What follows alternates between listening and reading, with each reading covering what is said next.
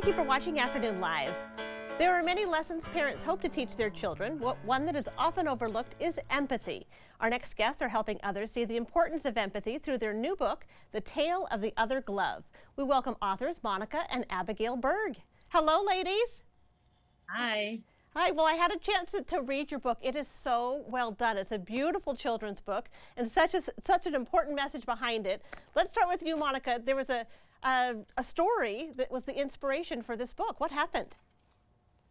Yes, one day my babysitter came home and told me this story about an outing she had with Abigail in the subway station in New York City, where she was putting on a pair of gloves and she dropped one when she was on the platform, and she went to pick it up and a hand beneath her snatched it. And she noticed that there was an unhoused person sleeping there and he had taken her glove. And she said, "Hey, that's my glove, give it back." And he said, "I found it." And she said, "Well, you couldn't have found it because I didn't lose it." So when she came home and the story was flooding out of her and she seemed upset, I asked her, "Well, why didn't you just give him the other glove?" To me, it seemed like the obvious thing to do because this man was cold and hungry. He didn't have a lot. And so one glove was better than no gloves. And for my babysitter, she was not going to use the one glove anymore. She was probably going to discard it. So she needed to buy a pair anyway. And it got me thinking, and Abigail and I had thoughtful conversations about this, that would you rather be kind or be right? And so often in life, we go and we lead with what's right. And often we leave our heart on the side in that. And it was an opportunity to talk about empathy, to talk about feeling another person's pain, putting yourself in their shoes, even if you don't understand them. And this gave birth to our story, our book. Nice. And Abigail, what was your first reaction when your mom said, "Why don't you guys just give him the other glove?"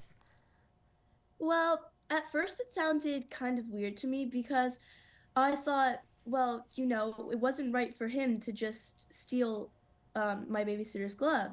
But then when my mom put it into terms in a way that made more sense to me and made it sound like, oh, wow, this person has so little, and we can just do a little bit better by having some empathy for them. Yes, and I love that that was your reaction because I think that that was the reaction of most people. That would be your gut reaction. You stole my glove, I want it back. But when you really look at the big picture, it can really make a difference in the life of someone that needs a glove. Exactly. We had this conversation at home where she then imagined him, this man, this unhoused person, as a child, and that he once had a home and food on his table and clothes to wear and things and a family. And she doesn't know how he got to where he was in the moment that she met him, but it didn't matter, right? There's always something that we can do and that we're called to do.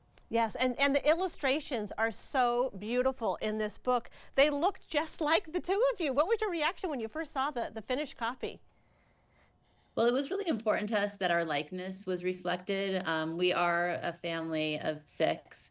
It's kind of an ode to all of my children. And also, we are telling stories about our lives. And so we wanted it to be as true in that sense. But it was fun for you, right, to see yourself in a book? I thought it was so cool, and I thought, wow, the illustrations look so much like me. And they really do, yeah. So Monica, a lot of people confuse sympathy and empathy. How would you describe empathy? I love this question. Well, let's start with sympathy. I think sympathy is when you feel another person's pain to the point where you are experiencing it and you feel brought down by it and you relate so much to where they're at that you kind of stay in that same vibration with them. And there's not a lot that we can do from that space. Empathy is when you feel another person's pain, but you don't become it. You're able to feel their hardships, to feel maybe their fears or their worries, or even if a child's being bullied, right? You can feel them and then you think, okay, how can I be part of the solution? So I think empathy is a motivator for action. And I think sympathy kind of just brings us down. We almost feel sorry for someone. And not a lot of change can happen from that feeling, and not a lot of help will happen either, really. Well, and the main theme is empathy, but you talk about so many different things in the book, including kindness. And it makes me so sad that we have to make a point of teaching children about kindness. It feels like it should just be natural, but I think it's so important, and it sounds like it's so important to you to spread that kindness as well. Absolutely. I mean, I think that when we come into this world, I think we are naturally kind and considerate, and we share and we understand we should share our toys. We learn this in kindergarten.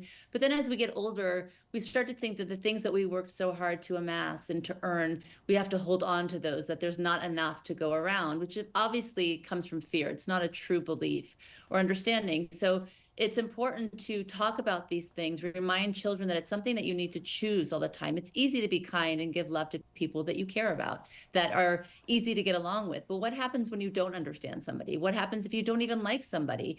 We're still called to go above and beyond and outside of ourselves because we're able to. And so with all of our children's books in the On Being series, we want to teach children, and quite honestly remind parents, that it's such an important part of life is to give back, and that we are all so Yes. blessed, and there's so much to go around. Well, thank you, Yeah. Abigail, for sharing that story with your mom, and thank you, Monica, for bringing this to all of us. The book is a keepsake, that's for sure. Congratulations. The book again is The Tale of the Other Glove, and we'll have more information on our website at katu.com. We'll be right back with more Afternoon Live right after this.